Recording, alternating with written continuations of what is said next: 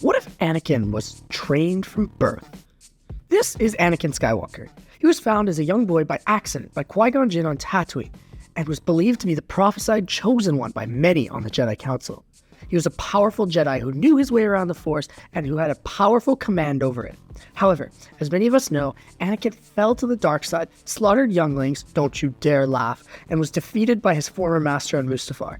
Anakin turned into the infamous Darth Vader and eventually restored balance to the Force by killing Darth Sidious immediately before he died himself. However, what if Anakin wasn't found by accident on Tatooine at the age of 9? What if he had been brought back to the Jedi Temple at a significantly younger age, learning to avoid attachments and control his darker emotions? That's the scenario we'll be exploring today. I can sure tell you that you will be surprised by some of the stories that we hit today, so strap in and grab your hot bowl of bantha stew as we jump into the story of what if Anakin was trained from birth.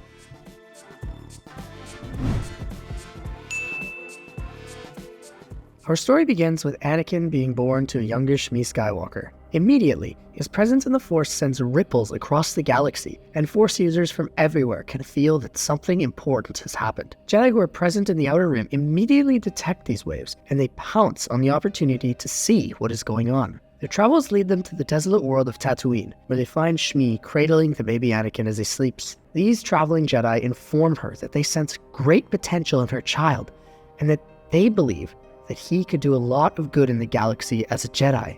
Shmi, believing that her son will have a better life with the Jedi than with her as a slave, begrudgingly gives Anakin over to the Jedi Explorers, hoping that one day the two will be reunited. However, at that same time, Darth Plagueis and his apprentice, Darth Sidious, sense a massive shift in the Force as a result of their experimentation with midichlorians. They go on high alert and keep their eyes open for this newborn in hopes of training him in the ways of the dark side. How does this impact the rest of the Star Wars story? Let's keep going, and let's see what happens. After Anakin's arrival at the Jedi Temple, he's the subject of much conversation. The Jedi Council tests his midichlorian count as soon as he arrives and sees that it is higher than Yoda's. Everyone is absolutely shocked.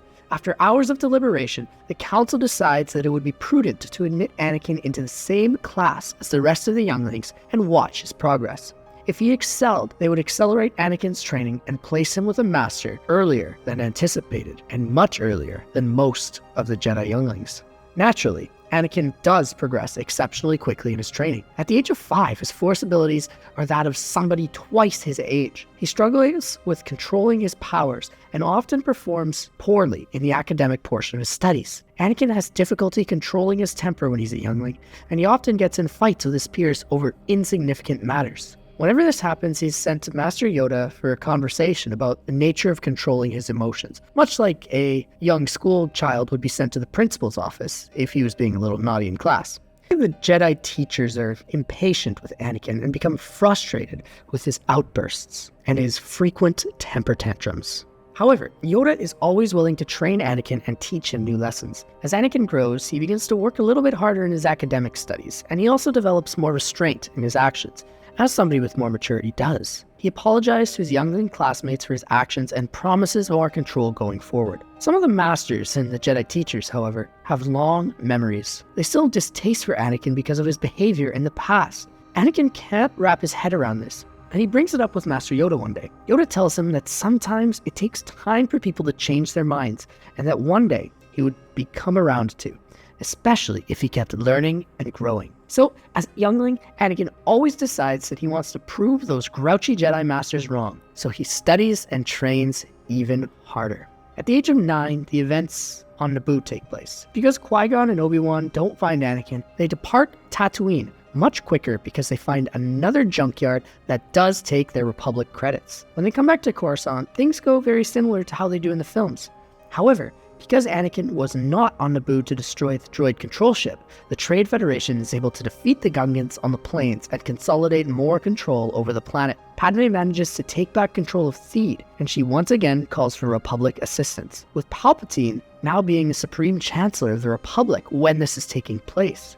He is able to pull some strings and manipulate the politicians into sending more aid to his home planet. The people of the galaxy approve of this, seeing Palpatine as quote-unquote draining the swamp, and ridding the Republic of much of the bureaucracy that has plagued it over the years. A small Republic volunteer contingent goes to meet Padme and Obi-Wan on Naboo, and they aid in the further dismantling of Trade Federation forces on the planet. Padme condemns the actions of the Federation in the Senate, saying that there's absolutely no reason that this corporation should have enough power to develop an army. After Padme's condemnation in the Senate, Palpatine completely agrees with her. He argues that their actions, the actions of the Trade Federation, were a complete violation of Republic law, and says that he has a plan to deal with these corporate war profiteers. In order to deal with the continuing crisis on Naboo properly, the Republic Senate votes for the first time to grant Palpatine emergency powers, especially since he's so confident in his plan. With his newfound popularity, Palpatine introduces conscription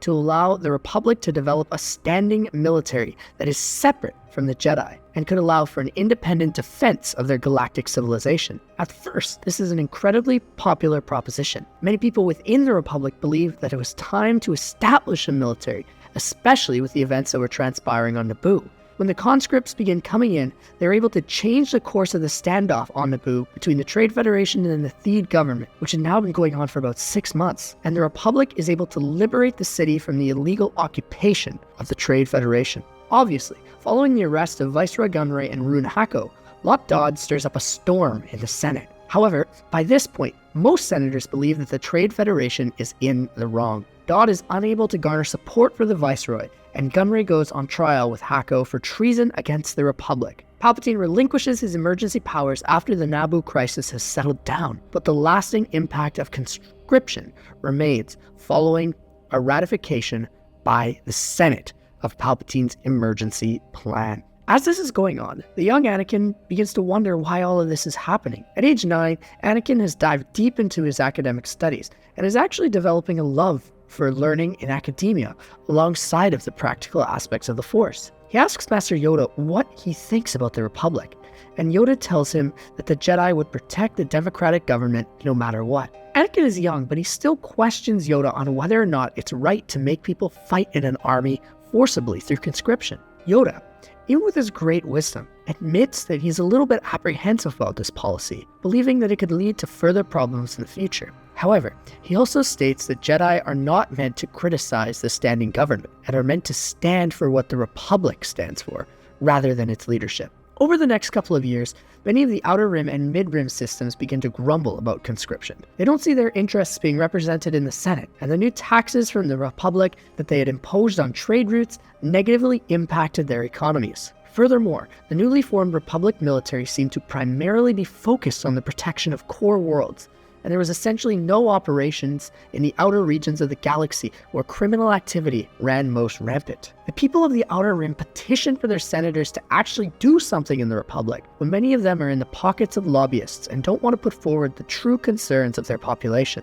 When Dooku begins to champion the tenets of separatism and the corruption of the Republic, multiple regional governments cozy up to him, despite the wishes of their representatives in the Senate. Eventually, there are systems that begin to announce their intentions to secede from the Republic, and the conscripted Republic military is sent to squash these concerns, many of these conscripts being from the Outer Rim worlds. This only furthers the divide between the core worlds and the periphery ones. Jedi were sent in to relieve these tensions, and many of them are uncomfortable with how the Republic is using force to crush opposition, to clear corruption within their political system. It is at this time that the Jedi Council deliberates on Anakin's progress as a youngling and decides that he has made a significant amount of progress and should become a Padawan. Since none of the other masters were interested in training the boy, and because Yoda has a special relationship with him, Yoda agrees to train Anakin directly. Yoda also believes that Anakin could continue the legacy of the Jedi Order into the new era, especially because of his high midichlorian count and great skill in the Force. After Anakin goes to Ilum, finds his lightsaber crystal, which is still blue, and builds his own saber, Yoda chooses him as an apprentice, and the pair begin to train together. Anakin has become much better at controlling his emotions, and Yoda is very proud of him. However, Anakin still sometimes becomes frustrated with what he feels is a lack of progress in his training. Sometimes Anakin can't grasp the Force techniques that Yoda teaches him, or he doesn't quite understand the philosophy that Yoda gives him about the Jedi way. Anakin is also still easily bored by many of the political meetings that he has to attend with his master, but he endures them. Anakin learns a lot about the inner workings of the Jedi Order and the Senate, and meets Palpatine. When Palpatine and Anakin are first introduced, Palpatine immediately senses that this was the ripple in the Force that him and Plagueis had felt years ago. He knows that he must work towards molding Anakin into his future apprentice, and begins to take a liking to the young Jedi. Yoda notices this and feels a little bit uncomfortable with Palpatine's coziness with the Padawan, but he doesn't quite understand why. There was just something that felt odd about it. Yoda decides that he will keep a close eye on Anakin and Palpatine in the future. As time passes, and as Anakin begins to become stronger, the events of Attack of the Clones transpire. Padme is attacked, and Obi-Wan is assigned with Anakin to be her security contingent. Yoda figures that this will be a good opportunity for Anakin to learn a little bit more about the Force, and Obi-Wan's a very good Jedi Knight, so maybe they would make a good pair and could work on this mission together. Anakin and Obi-Wan had known each other for a while, and Obi-Wan had sort of become a cool uncle figure to Anakin. Anakin is excited to go on a mission with Obi-Wan, especially after having mostly tame and political council adventures with the older Jedi, Yoda. He's ready for some more adventure outside of the temple, and Obi-Wan has a chance to give that to him. Because Anakin is better at controlling his emotions, because he was trained from birth, he never feels any emotional attachment to Padme. Even when he goes with her to Naboo, Obi-Wan still goes to Kamino and finds out about the secret clone army that was being created, which he discovers is intended to assist the conscript military force that currently defends the Republic. Obi-Wan still follows Jango and is eventually captured by the separatist forces on Geonosis. Anakin, knowing that his master would be upset with him if he disobeyed the direct orders of the Council, tells Padme that they will be staying on Naboo and letting the other Jedi handle the situation when Obi-Wan contacts him. While Padme is slightly annoyed that she can't do anything, she understands and respects that it is Anakin's job to protect her interests, and she complies with his wishes.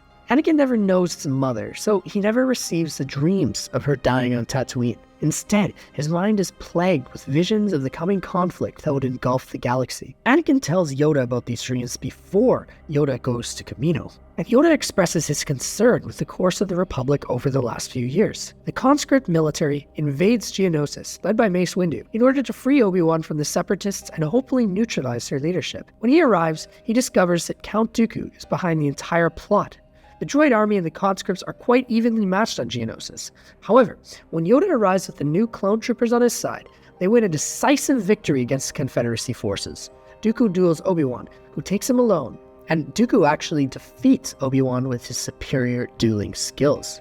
Then Yoda comes into the hangar, and Dooku forces Yoda to choose between Obi-Wan and catching Dooku, and he still escapes the battle. Many of the other Separatist leaders are captured and questioned by Republic forces, including Viceroy Newt Gunray. Gunray was able to weasel his way out of charges the first time, but when it comes to light that he was responsible for the assassination attempts on Padme, he's thrown in prison for life. Rune Hako takes over operations of the Trade Federation, and Dooku still attempts to invigorate Separatist sentiments within the outer regions, but he is quickly dismissed by the regional governments as they don't want to risk being destroyed by this new, even stronger clone combined with conscript army. Because Dooku and the Separatists are neutralized early in the conflict, the Clone Wars as we see them never take place in the original Star Wars timeline. Palpatine needs a new conflict that would help him consolidate control. Instead of engaging the Republic against a common enemy to help him gain support, he instead tries to boost his popularity by eliminating conscription and replacing it with this new clone army. This is incredibly popular with many senators, and it is economically beneficial. Ex-soldiers returning home would lead to increased numbers in the workforces, which would allow for much more development in the Outer Rim systems. The people of the Republic love Palpatine for this act, and he's heavily praised by many political pundits of the galaxy. Even the Jedi are pleased with Palpatine's actions. Palpatine claims that he'd always known conscription would be temporary, and he says that these clones were always meant to be the solution. He claims to have kept the project under wraps because he didn't want any suspected separatists in the Republic to learn of plans for fear that they would end up learning and leaking information about the clones. Most people believe him, but Yoda remains suspicious, especially because Anakin seems to think that this plan to move towards clones is much better than the forced use of conscription. Yoda explains to his Padawan that forcing clones to fight their battles was just as bad as forcing Republic citizens into it. The clones were living beings, not simply droids like the Trade Federation had. For a few years, the Republic is at peace. Dooku still sits in his palace on Sereno and advocates against Republic overreach, but most people aren't swayed by his message. The new clone army and Palpatine's sustained popularity create a new sense of unity within the Republic, and nationalism reigns supreme in the heart of citizens. People are again proud to be part of the Republic, and the constant rhetoric that they're bombarded with distracts them from the corporate lobbying and corruption that fuels Palpatine's regime. Some people notice that Dooku has started to raise taxes on the people of Sereno, but nobody thinks much of it. You know, it's Dooku after all. In addition to that, many of the corporate business leaders end up investing in new ventures on Sereno, corporations that had involved with separatist activities during the Battle of Geonosis. There are no formal laws against this association, and most senators think that it's just Dooku trying to boost his local economy and strengthen his regional military force that had been protecting him from the attacks of the Republic and their attempts to bring him into custody over the years. They suspect nothing odd about the development. Anakin passes his Padawan trials and becomes a knight of his own, going on many missions with clone soldiers as a Jedi peacekeeper and supporter. Jedi have no direct control of the military in this timeline, but they are heavily respected as advisors to the clone soldiers. Because the Jedi can't make poor command decisions and leave the military tactics to the clones in this timeline, they're much more efficient than they are in the main storyline. Clones are not bogged down by tactical shortfalls of inexperienced Jedi. There's a good relationship between the clones and the Jedi, but of course, there's still some who think similar to Pong Krell and see them only as Republic property, not as distinct beings in the Force. Then, one day, everything in the galaxy changes.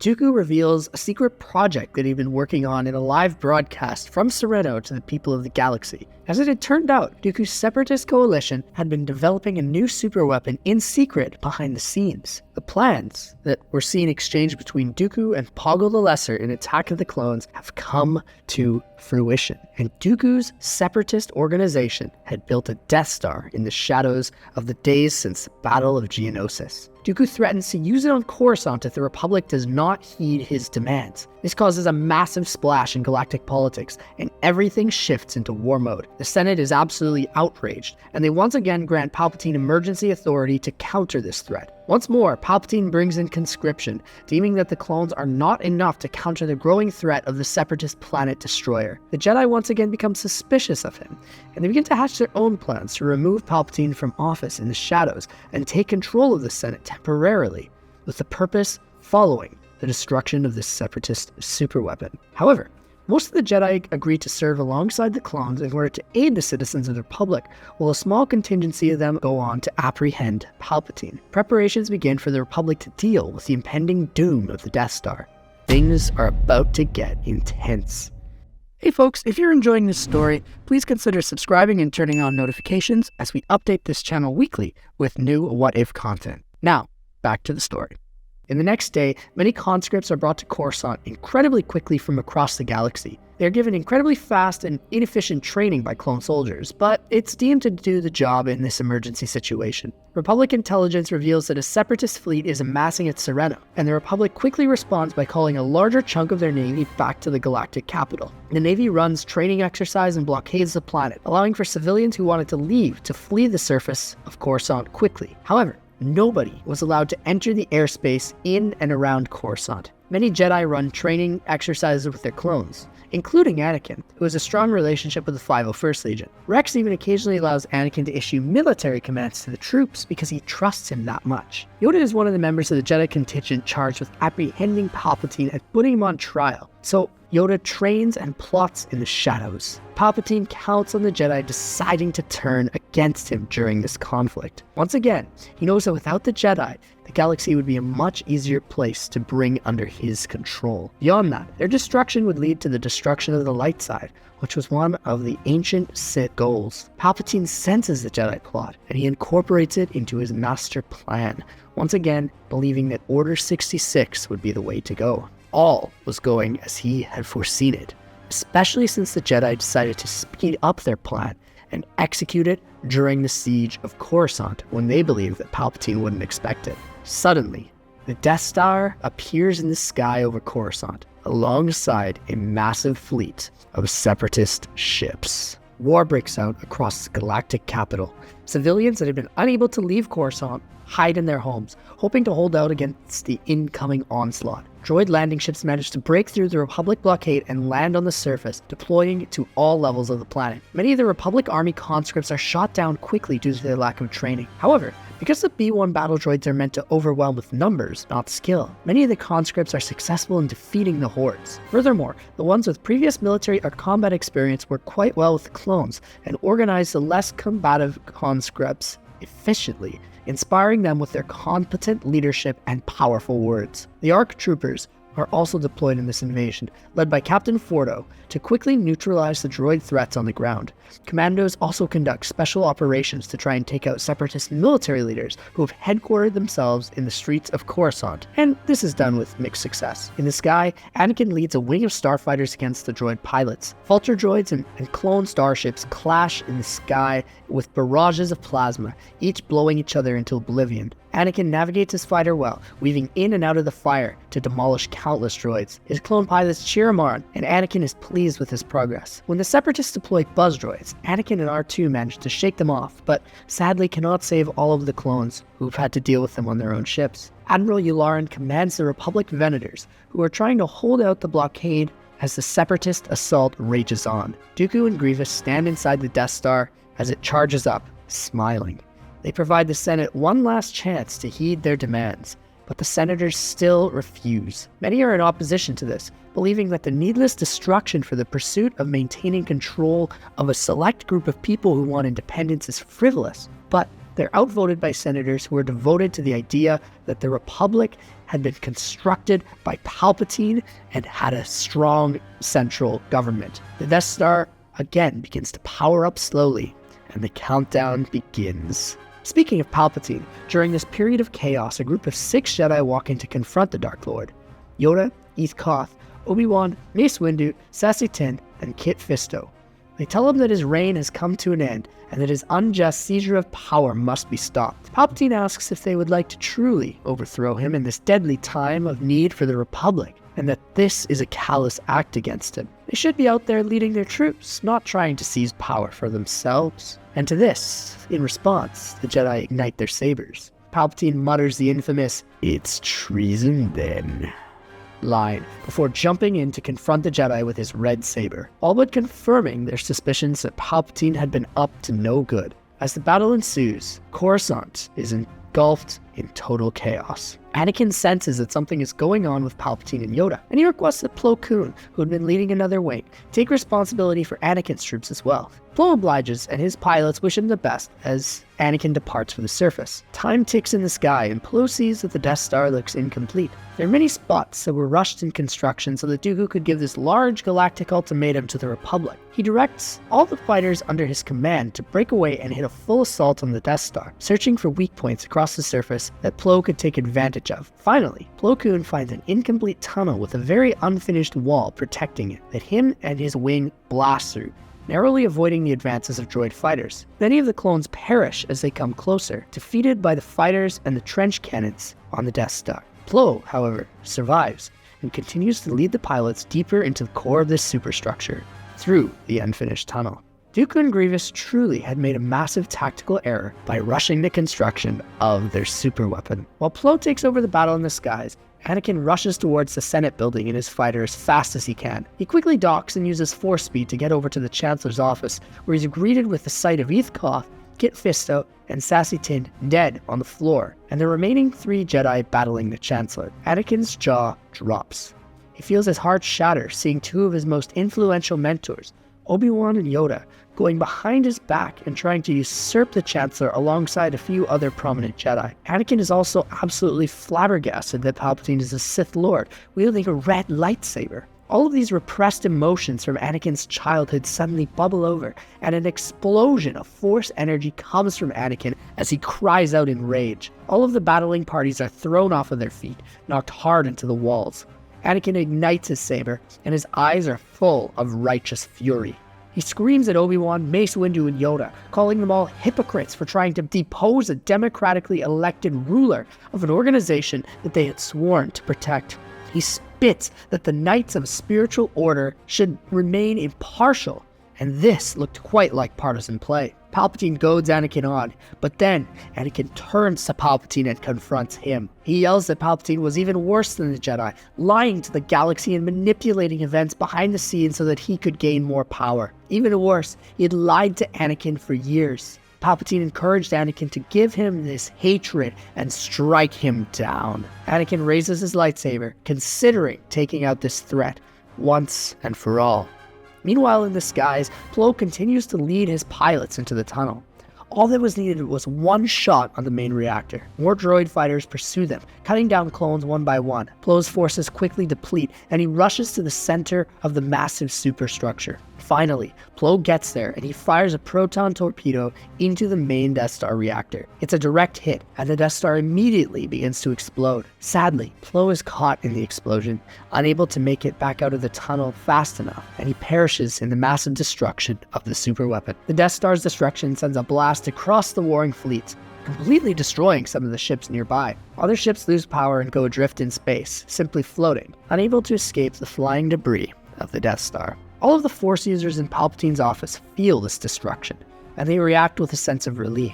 In this plan, Palpatine had never actually planned to destroy Coruscant. Behind the scenes, he had encouraged Dooku to use the weapon preemptively in hopes that the Republic wouldn't call the bluff and that they would destroy it. After the destruction of the Death Star, Palpatine planned to consolidate power by further militarizing the Republic and extending his emergency powers to wipe out remaining separatist factions. The Jedi are all pleased because it means that their planet would not be destroyed. Anakin seems unfazed, staring into Palpatine's soul with cold, dead eyes. However, Anakin realizes that if he kills Palpatine, he would be just as hypocritical as the Jedi who attacked him. Who cared that Palpatine was a Sith? He was a democratically elected leader. How was it the Jedi's duty to interfere with the affairs of a secular government?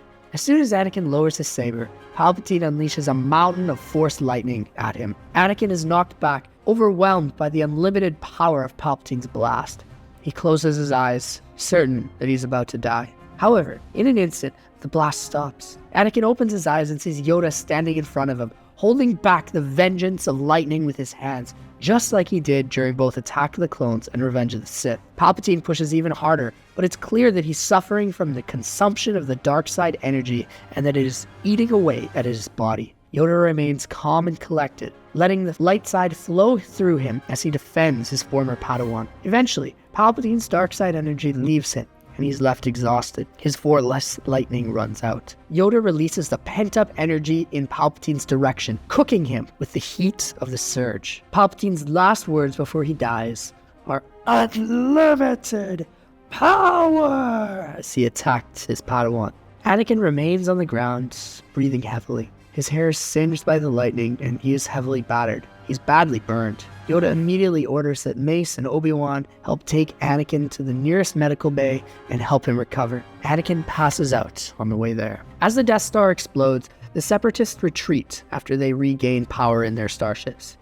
Ships that do not regain power are destroyed by Republic ones that are either outside the blast radius or that had their power turned on quicker. They are absolutely crippled by the loss of Dooku, Grievous, and other business leaders who were present aboard the Death Star. Admiral Trench narrowly escapes with a small fleet of starships, but many of the Separatist flagships are now scattered across the galaxy with no way of communicating with one another. Dooku's movement all but dissolves without the Separatist figurehead. With Palpatine dead, the Senate is forced to elect a new leader. They put Padme in charge because she had been a rising star in the Senate over the years. Her opposition voice was welcomed after the events of Coruscant, and people believed in her message of hope for a better tomorrow. Many senators condemned the actions of the Jedi, and Yoda is even put on trial for leading a coup against Palpatine. However, because of Yoda's service for hundreds of years to the Republic, he's acquitted for his actions. The Senate still introduces legislation that completely severs ties to the Jedi, though, in terms of political business. They do not want to see a repeat of what happened with Palpatine in the future, with religious differences interfering with the management of galactic politics. How does this impact the state of affairs in the galaxy at large? Let's take a look. The Republic transitions away from using clones for their defense, instead creating what they called a volunteer security force to keep in reserve in case of a conflict. This force also chases down the remaining separatist groups and slowly begins to bring them to justice. Padme's government launches a corruption inquiry into the bureaucracy of the Senate, and many politicians and public servants are found guilty of corruption. They are booted from their positions, and fresh faces are selected to replace them. Meanwhile, after Anakin recovers, he decides that it's time for him to leave the Jedi Order. Anakin felt betrayed that the people he trusted hadn't kept him in the loop of their plans, and this massive tap into the dark side that he'd had made him question whether or not exclusively following the Jedi path was healthy for him. He parts ways on good terms with his old master, and he begins his own quest in discovering his place in the Force. The Republic is at peace, and Anakin is able to discover more about himself on a journey of finding purpose. Perhaps one day he would return to the Jedi Temple. However, for now, he is satisfied exploring, searching for meaning outside of the Jedi way. Everything settles down, and the horrible government known as the Galactic Empire is never able to form. One thing that the various galactic orders do not know is that in the shadows, a dark presence lurks. On a planet in the unknown regions known as Exegol, Sith cultists assemble and worship the Dark Lords of old. They begin to organize, planning for their eventual return to the wider galaxy. While there's no war now, in the future, these cultists plan on invading and reclaiming what they believe to be their rightful place as rulers of the galaxy. When that happens, their clash will be intense. But for now, things have settled down, and the Republic is free from the dictatorial grasp of Sheev Palpatine.